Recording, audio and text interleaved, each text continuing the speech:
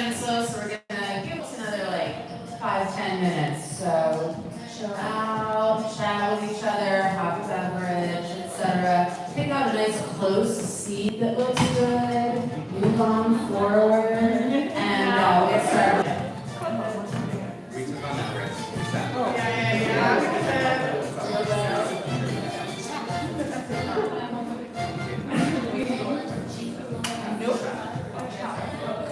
It's just because like it's not a full, it's a full relationship. It's like anywhere I go, I'm just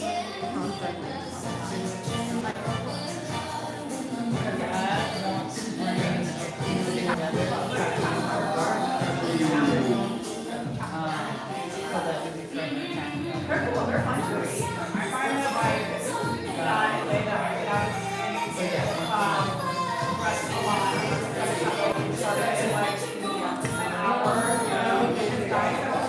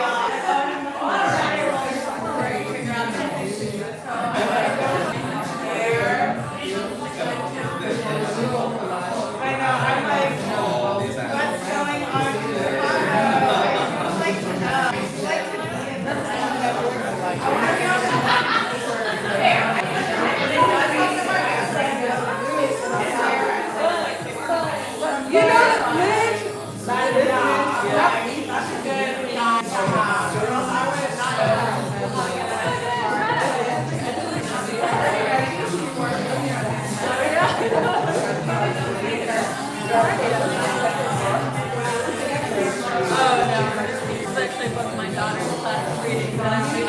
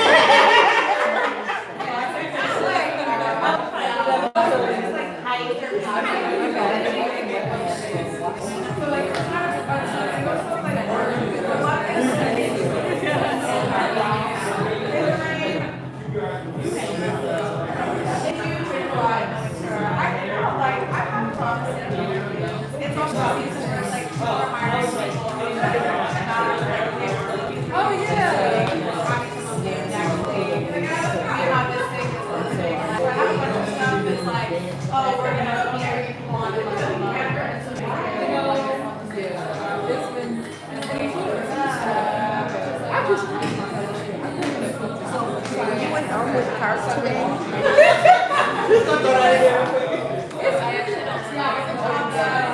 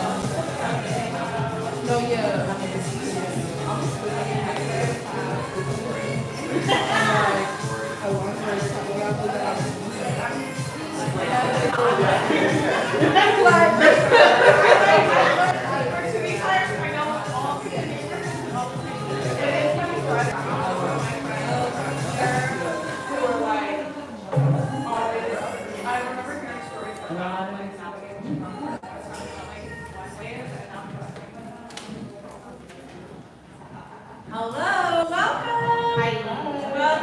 Welcome. I'm gonna try to figure out how to make this taller because if it is too short for me, it's definitely gonna be too short for a lot of you people. So we will figure that out. But in any case, welcome to Blue Hour Reading Series. Give yourselves a round of applause for making it out through that terrible blizzard, snowstorm that happened. Yeah, it's raining now, right? It's raining. I've been here for hours. Okay. Well, thank you for coming in the rain and the storm and the sleet of night. I want to start with our land and labor acknowledgments. We want to acknowledge that this event is being hosted on the unceded traditional homelands of the Council of the Three Fires, the Ojibwe, Odawa, and Potawatomi nations. Many other tribes, such as the Miami, Ho-Chunk, Menominee, Sauk, and Fox, also call this area home. The region has long been a center for Indigenous people to gather, trade, and maintain kinship ties. Today, one of the largest urban American Indian communities in the United States resides right here in Chicago, continuing to contribute to the vitality of this city and to celebrate their heritage, practice traditions, care for the land and waterways. We invite you to take this moment to honor all who came before us, the Indigenous peoples displaced by colonization, as well as those who built this country through uncompensated and compulsory labor, those enslaved and those oppressed. We honor those who came before and all those who continue to live on this land as we hold this shared space for art and expression. This event is hosted by the Chicago Poetry Center. At CPC, we believe that poetry illuminates our individual and shared humanity, fueling thriving lives and healthy communities. Our mission is to connect people in poetry, engage poets with communities, and foster creative literacy in the city and beyond. We envision and work to create a fair and verdant world rooted in artistic expression, human connection, and boundless imagination. There's lots of information about the Poetry Center's various programs all the way in the back, including our poetry residencies in Chicago Public Schools, our Critical Conversations at Work anti-racism program, and our public performance series, including this one, our summer series in the Loop. Lots of good stuff there. It is our 5th anniversary. That is very, very exciting.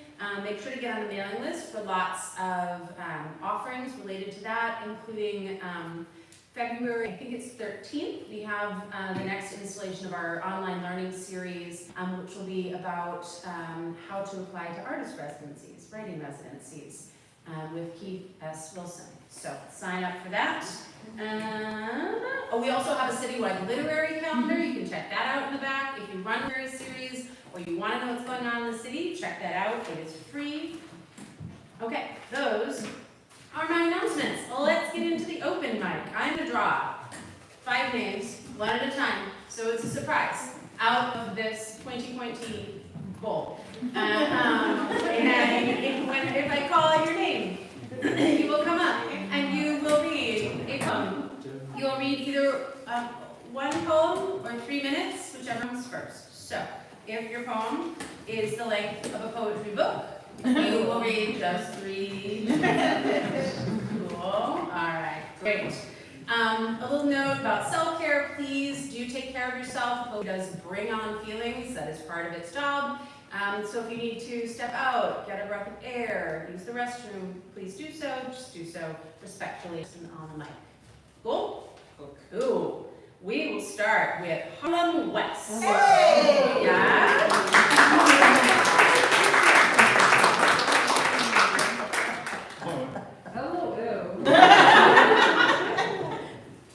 Hey y'all, how y'all doing? I really thought I was slick. Okay, I was like, oh. Yes, no. Right? It's not gonna be bad. I can flip through my journal and find something. No.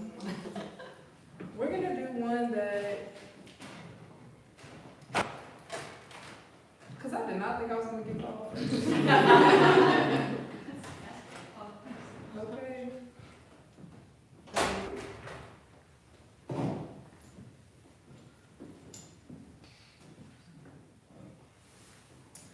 We're gonna do one that I wrote the other day.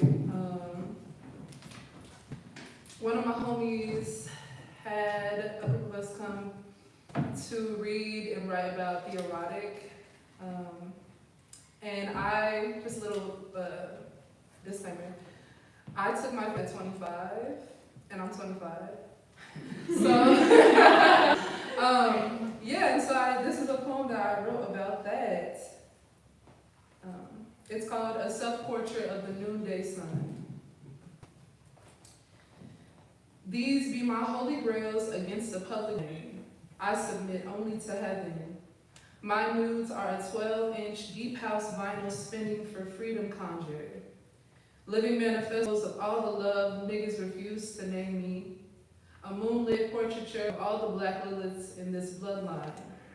Annotated prose of the muse with a heavy lid and soft breath on collarbone, cheek. Life patent in pleasure. Some serenity, almost aggressive, be the noonday sun halo around your whole everything. Be actualized distraction of the mundane, insistent on some good loving. Black and white, overexposed, still shot of the repressed erotic, visiting your dreaming self and haunting your waking one. A tethered mirror in palm, a tethered mirror to your palm in the absence of company. My clay is a Carrie Mae Weems witness number 4, legs bare and parted under the living room table. Two-tone lips to taste and freckles scattered in Coltrane rhythm. A tempo vocal E minor to sink your teeth into. Some manna and honeycomb sweeten a jar for when you're feeling peckish. I'll be a Voodoo descendant in blue light, photographing a snapshot of the God we all served prior. Curvy brick house body, pomegranate queer digitized on your noonday screen. As a thank you for some adoration. I will find body for you under a yellow Libra moon. Imagine our limbs trailing under the lake water, clinging desperately against a spotless mind. Each image a gift hand-wrapped for you. An interlude of our intimate exhaling. After gazing into the camera at all my sun, I will slingshot all of me through the pixelated metaverse, all the while wondering if you still think I'm beautiful. I held out too long waiting for someone to name my interstellar, outside of closets and petty schoolboy house play.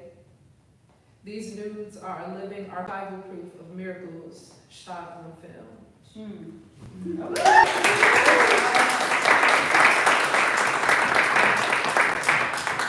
I need friends to invite me to come over and write about the erotic. It's not true. You don't invite me over to write about the erotic. Don't. I'm old. It would be awkward. What's that guy's name? It's true, but it's not true. We should all celebrate us. That's good. I just got really awkward because I realized it was being recorded. But now we have a nightstand that can be adjusted. So let's change the subject. Oh my goodness. Thank you. All right, Brothers of Harlem. Thank you for sharing it. I just made myself blush. Okay. Next up, we are going to hear from Alex.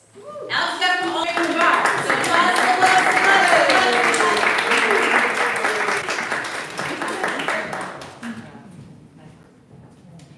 Hi. This one is called Honey, and all you need to know is that I was getting ready, I was on a flight trying to go visit my family, and I have a hard time flying. Beasts form my chest at every takeoff. When airborne, I'm at the mercy of the queen. My time on this hive, a wing flap. It stings to know this. So I wax poetic about the sweet of it, like life is honey. My heart, a jar overflowing. all this buzz, but quiet at the tail end, it will be thorough. But what if, only then, I truly spread my wings and take my first flight? Thank you.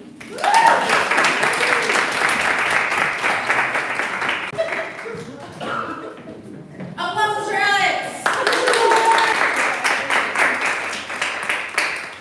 I really thought with the title it might go a different direction, given how the open mic was starting off. It was really good too.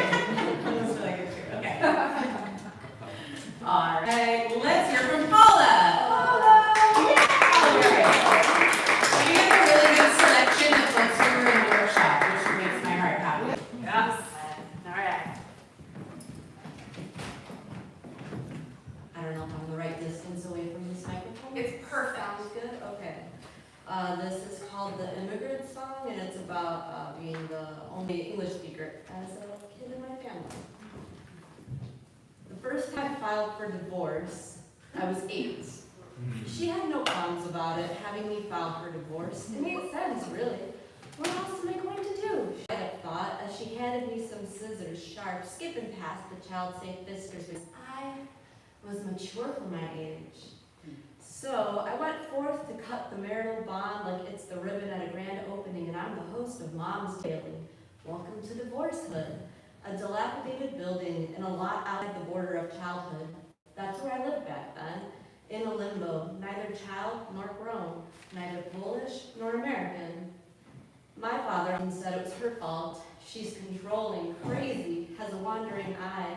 And some of that's a little true, I conclude, after assessing my mother through the lens he forced upon the bridge of my nose. Yet somehow he always forgot to consider all the mornings he came home without shoes or car, stinking of vodka and confusion, evidence of blackout slick behind him like the slime I'd seen in that picture book on snails. No, he'd never mentioned how I memorized his license plate to recite to the cops like I was a spelling bee rattling off the string of numbers. Oh, I might just win a prize this time. Look at how studious I am, officer. But there was nothing to win. They'd find a car he lost, and then he'd buy new shoes again.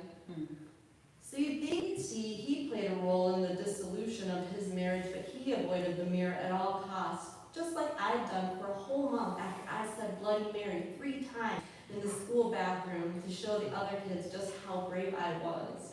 It was a while before I felt safe catching my own reflection again.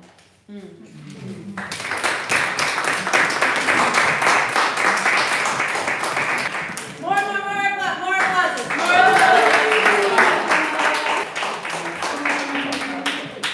All right, we will hear next from Cumbian.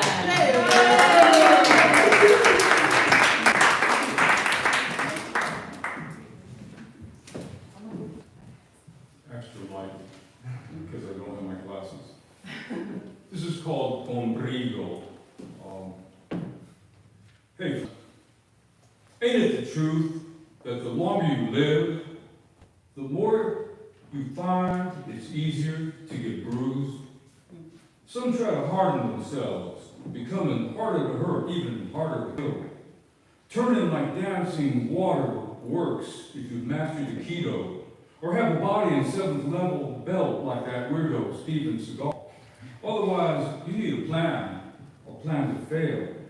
And wasn't it America's pugilist philosopher, Mike Tyson, who said everyone has a plan until they get punched in the mouth? After repetition, not done redundancy, builds up muscle memory. Wipe on, wipe off. Remember Ralph listened to the Okinawa, Mr. McGowie, and he wasn't a softie or a crybaby victim.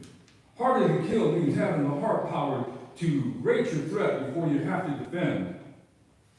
You also need to learn to stop traumatic bleeding. Pack the junctions, seal the box, tourniquet the limbs. Pay attention in transitional spaces, strange places and parking spaces. The guy who stops on the sidewalk and stares at you. Your self-defense requires sacrifice. Spend some time on that cold floor training. Floors are unforgiving, and the tone of your words matter. Training has no guarantees, for the sword is more important than the shield, and the skill is more important than either, and the final weapon is the brain. Try to protect your noggin, or maybe you want to see stars like Wile E. Coyote did from that beat-beating road runner dropping a hammer on his head. Tie up your shoelaces.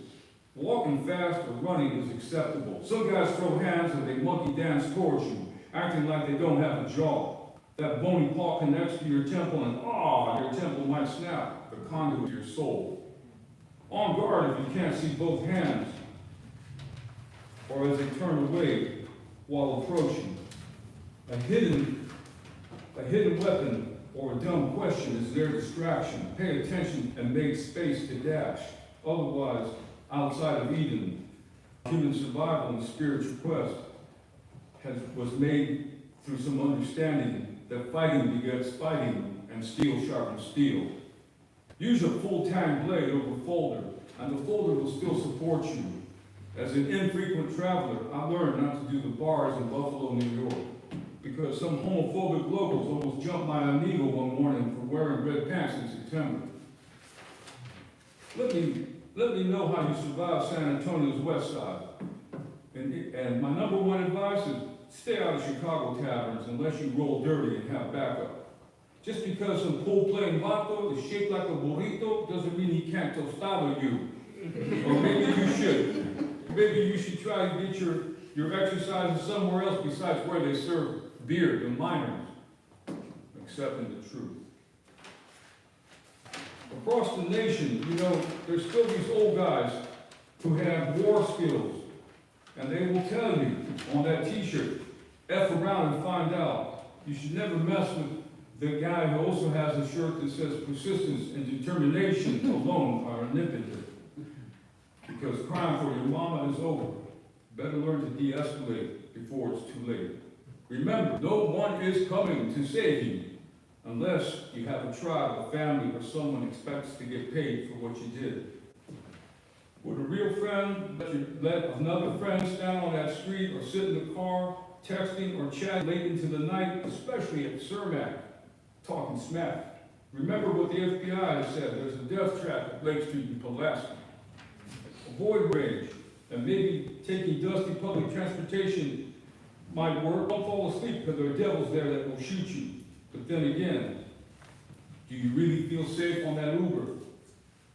Please, don't hot dog in traffic. Be polite and stop bad dogging. They might notice.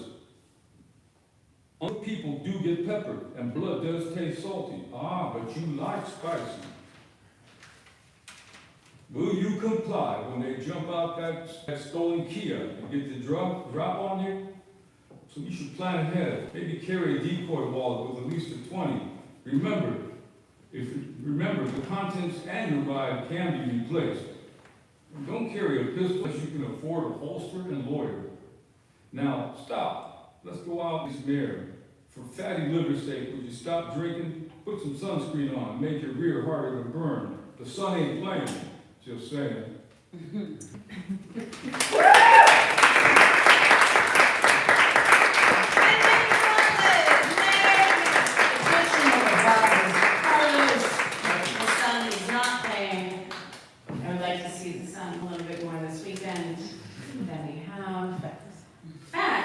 Early enough this morning that you actually saw the sun before it disappeared forever. It was really exciting. I was like, it's such a beautiful day, and then it started snowing. There's something weirdly upsetting about seeing yellow leaves on the tree and then snow all around it. It was weird. I should be used to it. I grew up here. Okay, we've got who are we gonna go? Who's in? Who are we gonna go from? Woo! Okay, how this work? This will be the last person on open mic, and then we get to hear from Rico and Kush Thompson. Woo! This is exciting. We're gonna hear from Barton. So come on!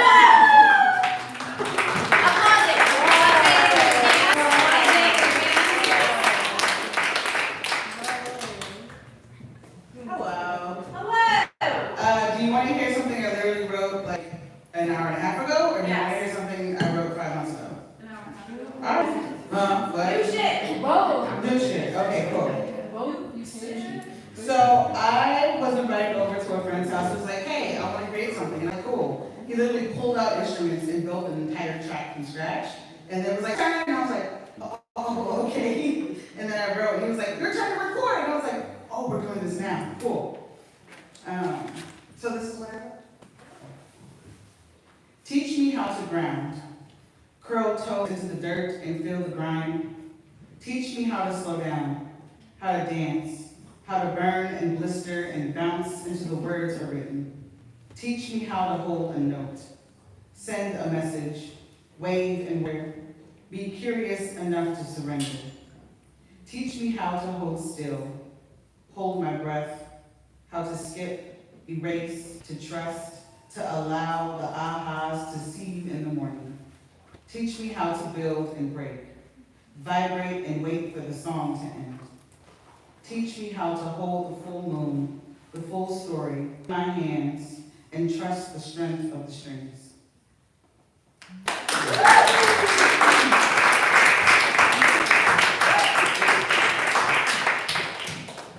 Y'all with the short poems tonight, run from the back. Many buzzes for everybody in the open mic.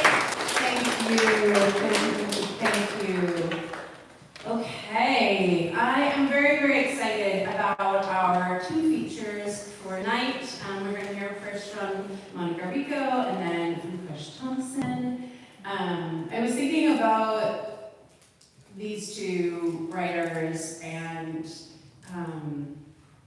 the work that they make and put out in the world, and I just had this visual of both of them being people willing to like stick their hands in the ground, like pull up the bones and pull up the roots, and also like shake trees so like those topmost leaves come down, so we get access like, from every level, and that's just how their work feels to me visually, and so I'm super excited to get to hear it out loud. I'm going to read Monica's actual bio because it's not about bones and trees. Monica Rico is Mexican-American and the author of Pinion, winner of the four-way books Levis Prize in Poetry, selected by Kava Akbar.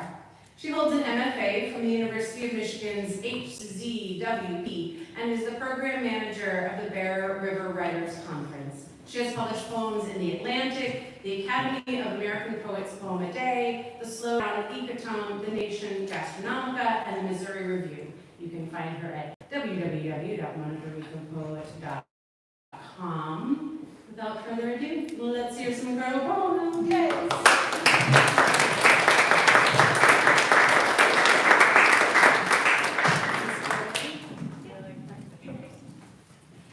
Hello. Hello. Hey, hey. Thank you so much for having me here. This is my third time in Chicago. I'm enjoying the city and all its delicious food. I like to come here very hungry. So, my grandmother died on Thanksgiving, and that was 20 years ago. And a lot of my book is about my grandmother because she was a really private person. She didn't ever talk about herself at all, and if you asked anything, she would just throw you out of her house. So this first poem I wrote I had the idea of it right after she died. Stolen and Unnamed. When my grandma died, her sister brought Mexico in her pocket. A bag full of dirt and sand the chickens had run over too much. Small handfuls of home, gunpowder residue from the pistol she slept with beneath a pillow. I was there to hear the voices chanting as if on a train towards Mexico. Handkerchiefs like doves resting and wrapped in warm rosaries, who remember the last time they saw their sister young. Que bonita San Luis Potosí. No permission given to her cousin, a thief and a husband. Michoacan, to Michigan, where her eyes became bullets or tulips in the one photo I have.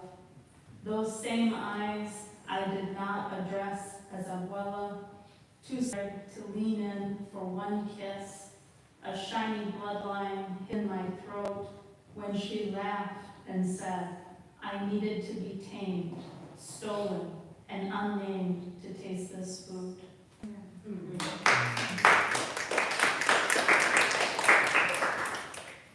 My grandfather, he stole my grandma from Mexico. She was 18 and was 42, and when I had met other friends, they said the same thing. In the presence of the robin, her throne is plywood and nails. Too many shoes and housecoat cover her face like the mantilla of the Spanish doll, as decorative as it doesn't belong. The lace of her skirt. Sorry, I don't know what's going on with the ghosts. Give them a second.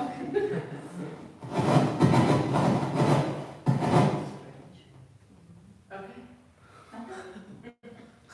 The lace of her skirt, a stiff pink, smells like radish and the sticky decay of carpet.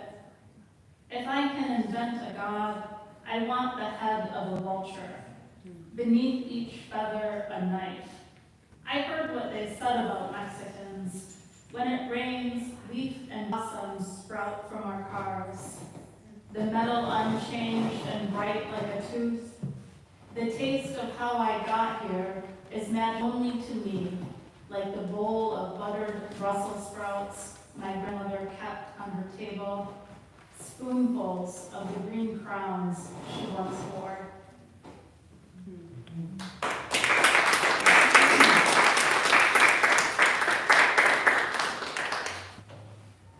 So my grandmother she also didn't take a lot of photographs. If you were next to her and someone was taking a photograph, she would grab her apron and just cover her face in it. So there are physically like 2 or 3 photos of her. In the one photo I have of my grandmother, the yellow jacket suspended like laundry sheets, billowing wing held by a string of a spine, wooden pins, charcoal, wearing away from their metal coils, a dull abdomen, as in too much sun, squint your eyes, one leg raised to the wind, threatening to take everything away, in one breath, a word like your name means both cold and white, sheets frozen and shook into ruled edges, the fragrance, a curled petal, an afternoon. Your hand compresses waves from the tiniest ocean.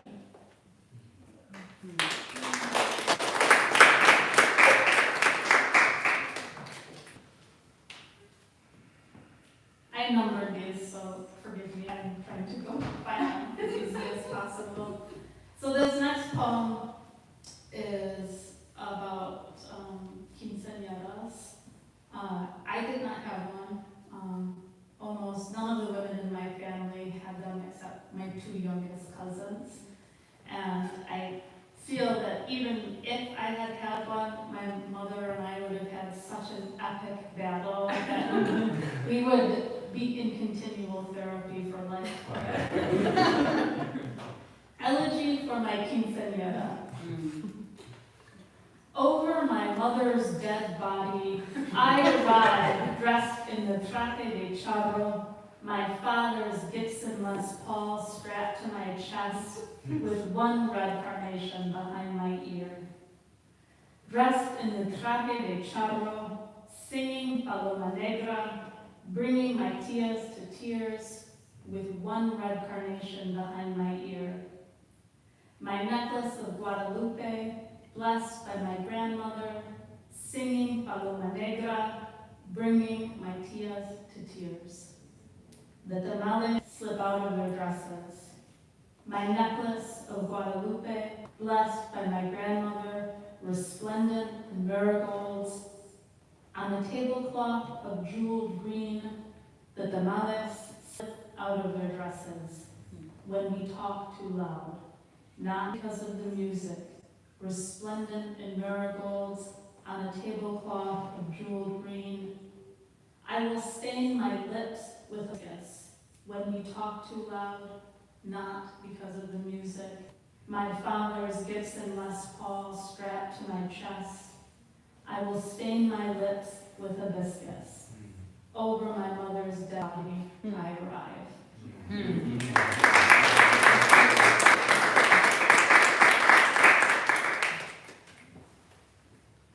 It's true, she wanted me to take senior pictures, and I told her under one condition, you can't come. So I was talking earlier about when I first decided I wanted to be a writer. It was when I was in 8th grade, and my dance teacher was retiring from dance, and I wrote a poem for her. And at the end of the dance recital, they called me up on stage to read the poem. I was not prepared. I was so freaked out. And I started reading it, and everyone started crying. And I was like, oh yes! I was so excited. So, and I hope that's a little bit about my dance teacher. Lessons becoming full grown. Young, my father painted my room pink, and I thought, this is what little girls do. I screamed when my brother said he would cut my hair. I didn't mind dresses when jeans were too hot and green was my grandmother's favorite color. She was mean. I told everyone I knew football players practiced ballet. I read a ballerina lived off a piece of cheese and 6 ounces of milk. This hardly means a thing now. My room white and decorated in shadows, a half-dead crabapple. I haven't danced in years. My instructor drank herself to death. She came to class in casts and covered in bruises. I thought it was from dancing. I thought she practiced so hard she fell. I can still smell the leotards and tights, sweet with sweat. How they laid on the body then and didn't pinch. How the older girls told me my boyfriend would be lucky. Tap shoes with a heel in silver. It ended so quickly. My mother tying up my hair and filling in my lips with red. She tried hard to tame it, wrapped it in plastic bags with hot oil. I wrapped my Barbie in triple tape. There are pictures. I cut my own hair, and I know it looks better long. Who am I kidding? When I married, I didn't want to believe this was the best I would ever look. My mother took off my glasses and told me I was pretty. Metal dug into my chest, and I stepped on my own ridiculous hem. My armpits red from the chafe and lace, and I can't believe you wore white. Once, I dressed as a white girl, spent $20 on the costume, plaid skirt, sweater vest with my own patent leather Mary Janes. I straightened my hair. My boyfriend kept smoothing my head with his hand. Next to me, a guy pulled his fingers apart and stuck his tongue between them. My boyfriend said it was like kissing someone else. It was supposed to be a joke. Like when my father couldn't get my brother to shave. He took out the razor blade and let me froth the barbasol on my face. Slowly, I went across the delicate stretch of skin beneath my chin and up to a swath of cheek. Look how easy this is. I saved my upper lip for last and curled it taut over my teeth, angling my face. Oh, how I wanted to do this every Sunday before we washed the car before my father closed my hand and said, like this. Otherwise, you'll hurt yourself when you punch somebody.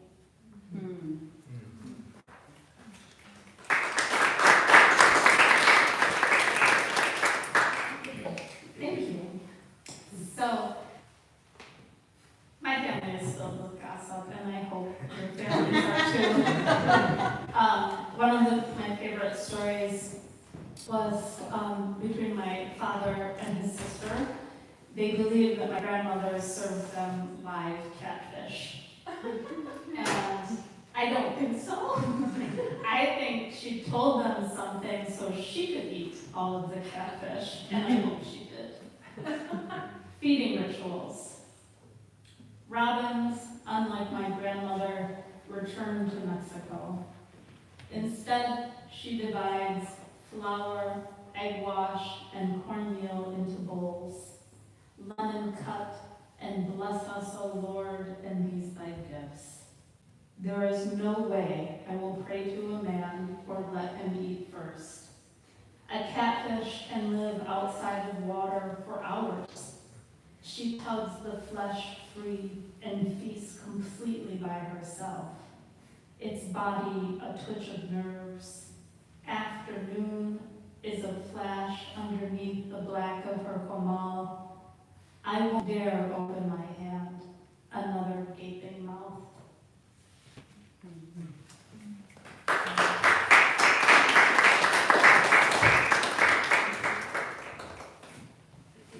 So my grandma was famous for kicking people out of her house. Everyone in my family had been kicked out of the house numerous times.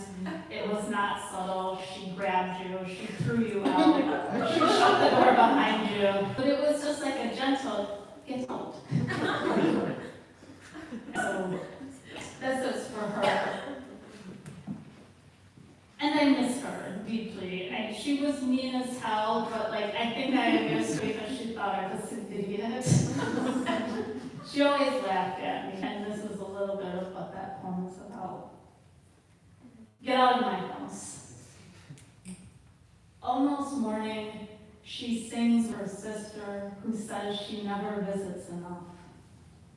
I want her like this, a little drunk, laughing. My father didn't sleep last night. He pictured her hidden in the folds of her apron. Come tus chicharros. Two portraits hung in her living room, La Virgen de Guadalupe and her son. Young, I worshipped them. It wasn't a joke when she kicked me out of her house. Gone like the piece of chocolate cake she ate quickly. I know better now why she hides her face from the tree whose branches she broke. Monica. So this last poem I'm going to leave you with is kind of like a prayer when the fun 45, whatever you want to call him, was in office last. I thought, what is going to stop these people? Like, what has to happen to be so bad that they will stop following this idiot? And things would happen and people would just keep doing it. And then finally, there were children being held at the border. And I thought, okay, this is it. Everybody loves children. This is done and over with. The idiot he married wore a coat, I don't care, do you, or whatever. And I thought, this is the end. And it wasn't.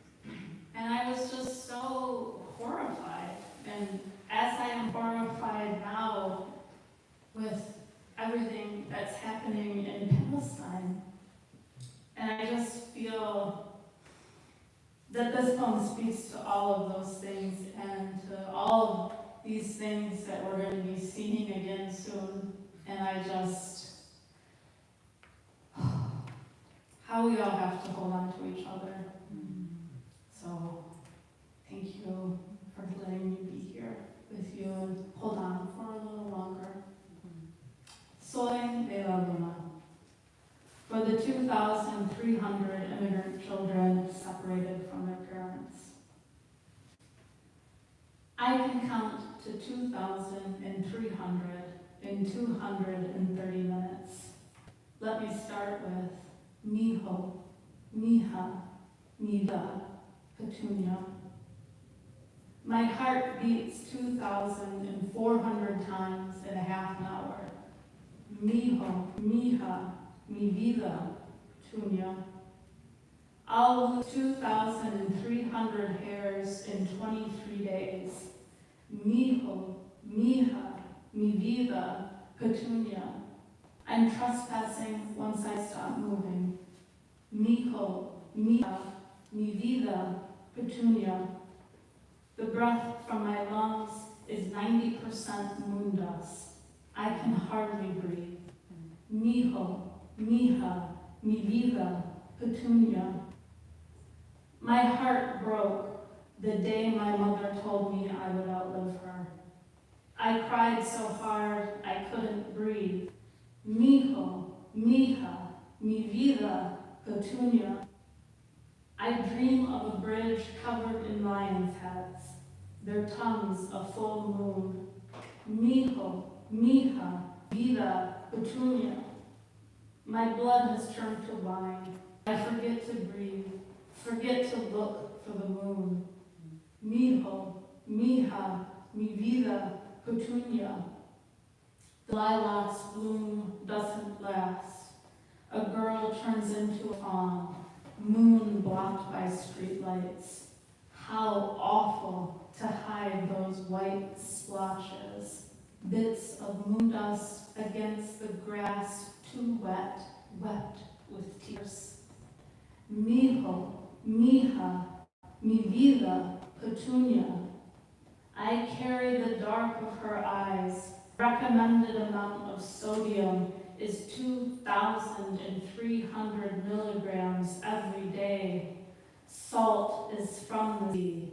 The sea's tide is controlled by the moon, which says, Mijo, mija, mi vida, petunia. The Arctic tern travels to the moon 3 times during its life. I trust them to carry all 2,300 home. Thank you.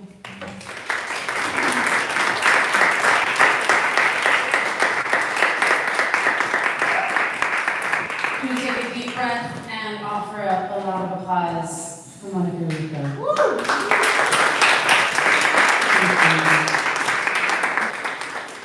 Told you, digging it in the ground, shaking the trees, not lying.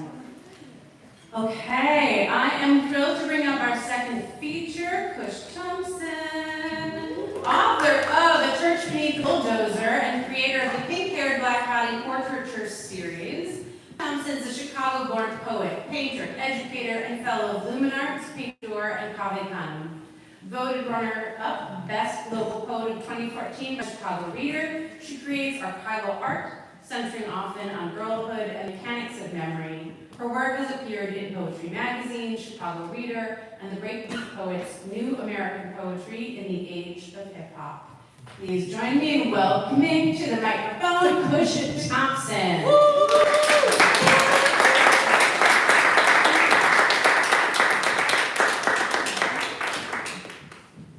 Hi, friends. Hi. How are y'all doing? Great. Yes. Listen. It is very cozy outside and it's very cozy in here, so thank y'all. Thank you, Monica. I did not want to get up. I wanted to settle down and steep into those poems like I was a tea bag. So thank you, Marty, for introducing me and making me having to do what I came here to do. Cool. I'm not a professional yapper. I write poems sometimes, so I will read them. I don't know where to start because I did not have mine numbered. I had vibes.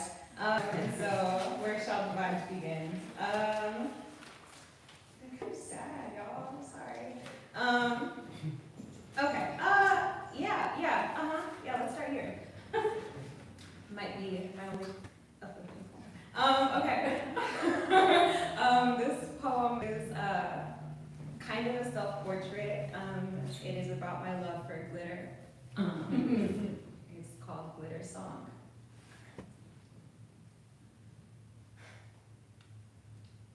Touch me, and I am everywhere, everywhere. Diamond darkling, drink up all the light, greedy and giggle-skinned in girlhood's glittra, opposite of invisible. See me, sun stuck under eyelid, sun, see me and see herself. Star girls, sand castled in exploded sugar, princess made of microplastic prism, disco drip in my bathtub, my brilliant belly button ensorcelled by fairy dance, star play like school children on blacktop, sound of bubblegum, lip gloss, and berry crush, Claire's confetti-crusted crystalline dream in the corners of my waking. Mermaid scale kaleidoscoped, glister water birthed into Venus pearlescent, pestle ground goldstone made a daughter of stubborn vanish. I leave and linger at the lip. Pinky knuckle kissed, gem metallic and sprinkled like wish in the letters I love. Touch me wherever you are.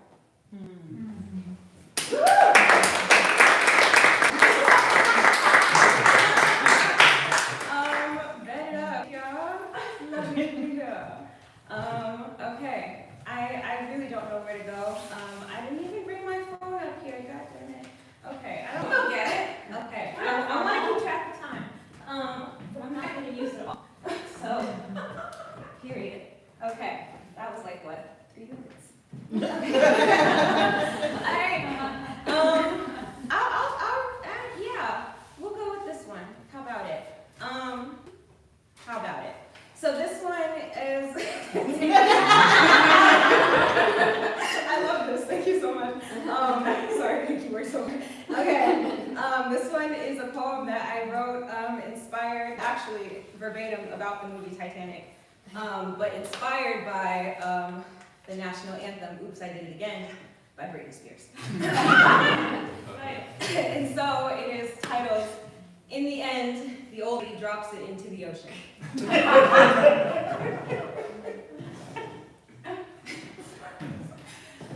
Again, there's no room on the door on purpose. No variables tend us differently. I was written widowed to the water when we met. But you come to save the siren notched in chips drowned north, and love me until I don't want to die. My deus ex machina dream boy makes the mistake opening my arms. Teach a girl to fly, and she'd rather be wind than your wife. A theory in which you never existed blurs the window fog. Again, I confuse my hand with yours.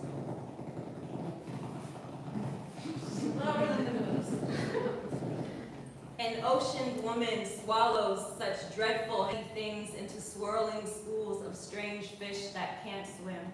My heart, debris field of secrets. Your heart, collateral. In my hand, gasp of blue light, regifted to ghost blue. What to wish for this time, but more heaven at the bottom. Thank you. Okay, we have a flow here. I brought my phone up, did not track time. It is what it is. I'll read this one next. So this one is called MASH. And if you have ever told your fortune by the game of MASH, you know what I'm talking about. You know what it is. It begins with a quote by Sierra de Mulder. I have imagined our children, forgive me. You will tell your babies someday of the little house behind the wall clock. They will love most the part about the window sloped inside a six's hollow, silhouettes of Sundays, shadows having dinner. How they walk along the edges of hands at night, skipping pebbles made of minutes. Your ex-girlfriend lives in the same time zone, but you will call her too many years ago. the more the story gets retold, the more goes missing. A mother to only the imaginary. Together, you named a baby after what didn't happen, and there is no limbo for that. Instead, you will love on opposite ends of a compass to quiet the lacuna between your two sons.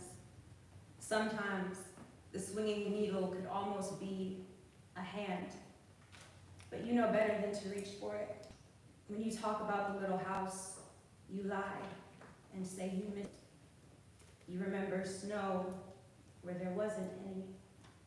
A dog asleep in the yard, dripping springtime into the stalk for day. Sometimes, in the middle of the night, you will watch yourself walk out of a hole inside a clock, and it'll be like you never left.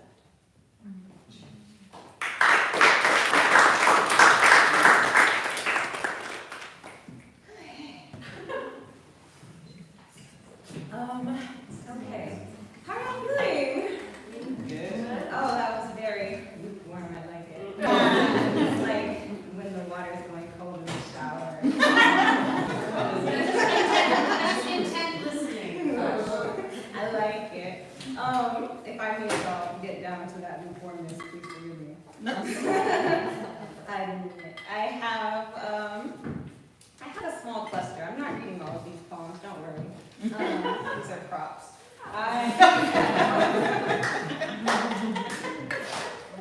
Thank you, Heather. You're welcome. I love that I can recognize your laugh. Okay, I was looking for vibes, but I didn't bring them. So, y'all remember the show Lizzie McGuire? Oh, yeah. Okay, this poem is about that. So I love Lizzie McGuire, and if you've never seen it, that's your problem. But it is on Disney Plus if you want to support the mouse, and it is about this middle school girl who just had a lot of things going on inside her head. I took that personally, and so I, in my investigations about girlhood, I wanted to get inside her head, and so this is what I did. This, it feels so important to mention if you haven't watched the show Lizzie McGuire, is that Lizzie McGuire is a live action show, but it has animated segments where what's inside Lizzie's head is animated by her more outspoken self, and so this that. It is titled Animated Lizzie's Inner Monologue. If it makes middle school less of itself, cast me, the unhushed half, whose outfit repeats each day. Her flattened dimension dent into fourth wall, while she wishes upon the boy who won't us. When his shadow is sudden, my voice, a gradient ventriloquy escaping hers, until want song sloshes the hallway between head and hollow. By the time her episodic ache clapboards its neon anthem, I am echo sick and exhausted with being. I walk back into dusk where she began me, swallowed puppet in a silent way. I go to bed against the back of her teeth, wait for her to open.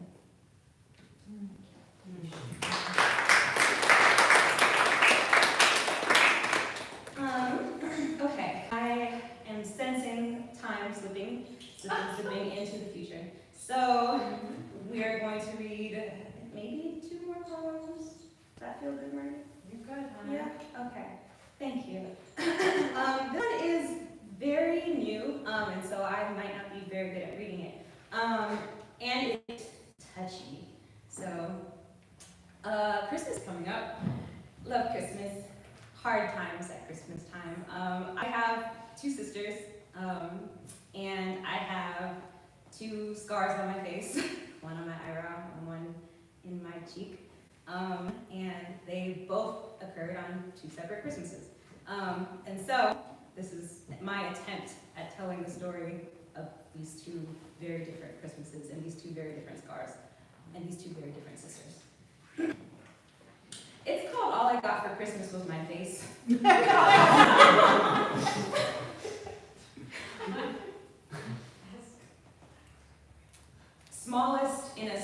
sisters. Two separate woods knifed their names into my face. Crooked Valentine, Irish twin scars, kissed crosswise over my aqueous' humor, 2 decades apart. Suppose my left eye, a mistletoe, red buried at center, a bloodline drawing its own. Grandma had a moon just like mine, waxing crescent slit, bending blood tide. 18 Christmases earlier, the tree was on its side. Mischief sister being little, I'm all up in Akila's face. Wild goose goading our pigeon toes into pretend chase and play much. Till I trip, cheek first, into buck-toothed tree trunk. Chipmunk swelled and softened soon. She's still so sorry for digging me a deeper dimple. My smile, sibling lore and laughing matter. Forgiveness, chasm cuter, but blood-let generations skipped and stumbled back for seconds. History stutters over sing-song sisters. Us, daughter garland of kindred K's. Kelly came first and got the worst of mama.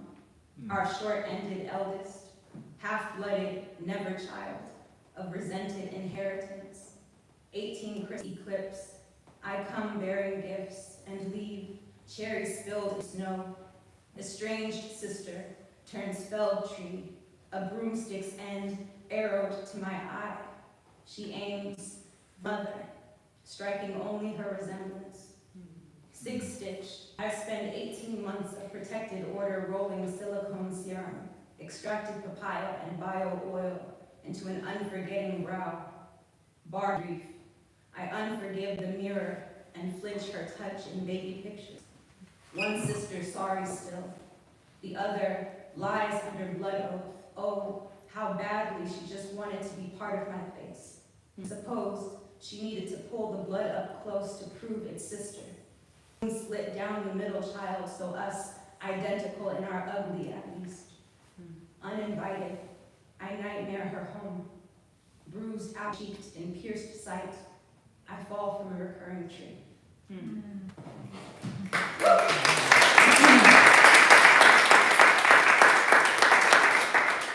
Thank y'all for receiving that one. Tough to beat, that one. And so I'm going to follow it up with more hard shit because all in one. And I have yet to read this next poem without having a little breakdown. Hi. We got you. I'm glad it's just us. So this next one, is about one of my sisters, the one who gave me my dimple. And I love her so much. She is my idol. She is my queen. And she is the one who exposed me to fraud, which is a girl who was only born in '94, but yet wants to make the '90s her entire personality. It's not real. It's not real. I grew up in the 2000s. But I loved everything about the '90s, watching her and my other older sister grow up and inheriting all of their things. And so I wanted to be Akilah so bad, and I would just steal all of her stuff, and I would just steal little parts of her personality, and I would read her yearbooks, and I just wanted to be her. And so now I am this 30-year-old teen girl who just assuming the personality of all of her older sisters ephemera. And that's my life, that's my story. And this poem is called Part of Your World, and it is written after the song Part of Your World from The Little Mermaid.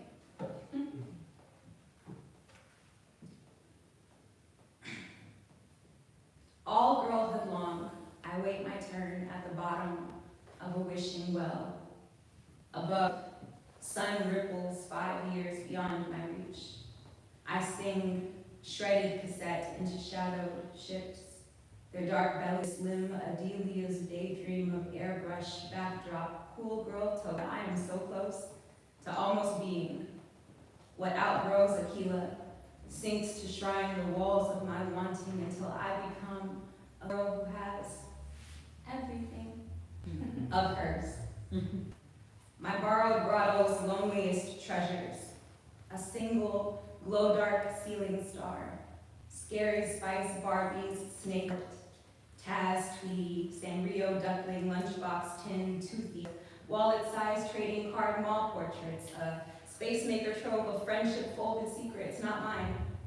Yearbook signature shapes, studied as pastime, Raquel, in letters of round, loopy, inked Brittany, in boxy blue silver, B2Ks, glossy centerfolds, loose string plastic of lost Scooby-Doo bracelet. I've got a library of inherited diaries, her memory-locked voice on tape, radio dedication to a misplaced boy, and the stone of his silhouette, but who cares? I sing want as days slip, growing me up alongside stranger faces, aging into senior spreads. Love, big sisters chirping Nokia sings, tall schoolboys to bloom through a window I can touch, but not see.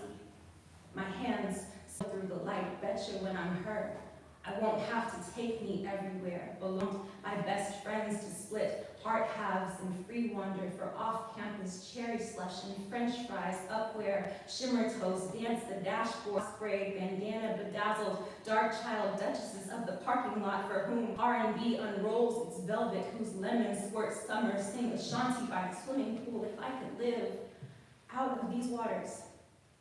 Friday unbottle its laughing backseat legend, and I'd be everybody's crush. I'm a girl from the waist up where all the rest is yearning. I dream up into the sun-wet, double mirror sky wearing her ponytail. Our water skews so close and almost each other's. Her tongue clutched to my shell of little sister logic that I might someday catch up while time stays. That my half-finished scales of certain sequin might trick the seed to spit me up. We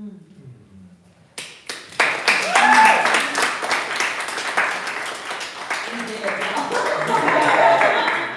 We did it. A little tingle coming on, but it didn't get it.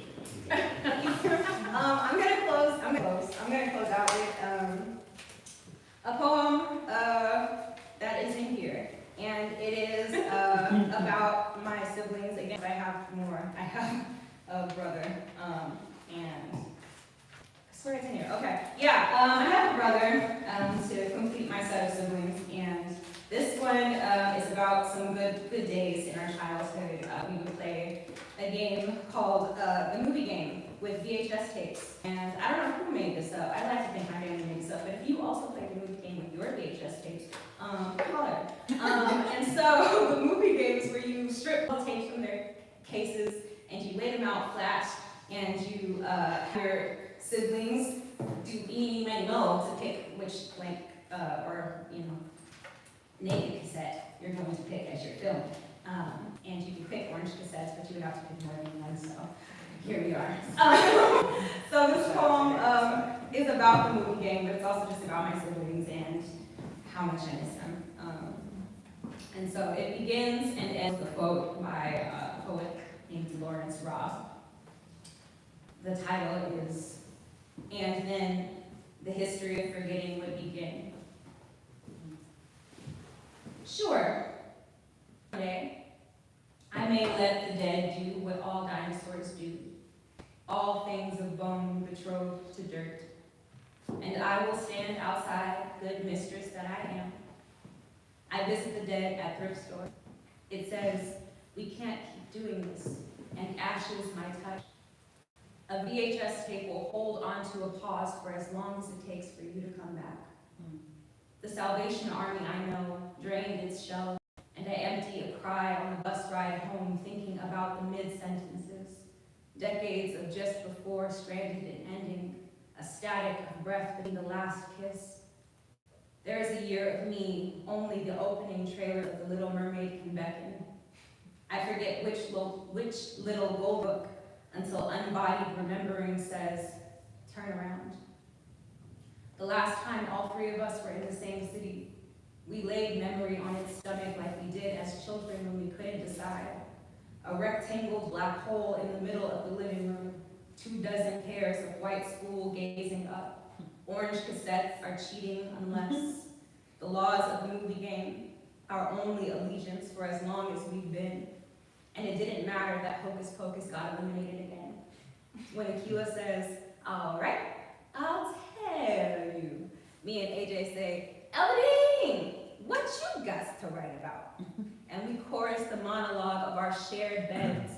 And none but us knows what Elijah Wood really meant by, "We're his home, Ma. The stupid Lord can have him later." Why? Why does God take everything, Ma? Bad enough our house and all our things.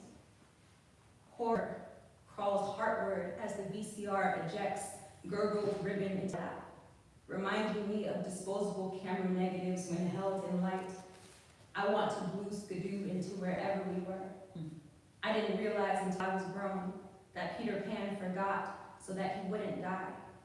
All the lost boys left for the color of their mother's eyes and lost their sense of flight. Not at the moment of their leaving, but the first time they looked back. Thank you so much.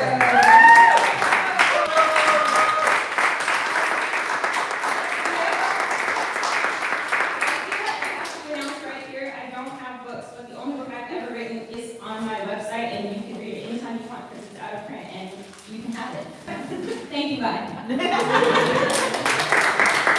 Thank you. Much applause for Kush Thompson. Yes. And for Monica.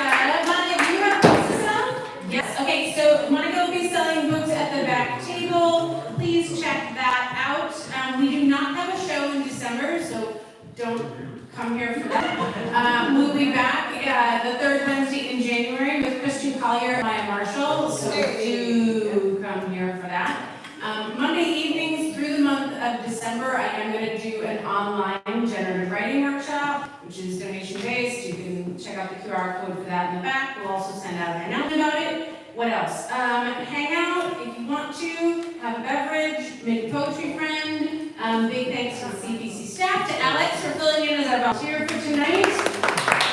Huge thanks to Camille, our intern. It looks hard, and it is. It's not easy, it's not an easy job. Especially with the open mic, where it's just like, we'll see what happens. They're going to say words, and I will make them with my hands, right? I think that's work. That's a little bit of the interpretation of it. So sorry, interpreters, for simplifying it to that. That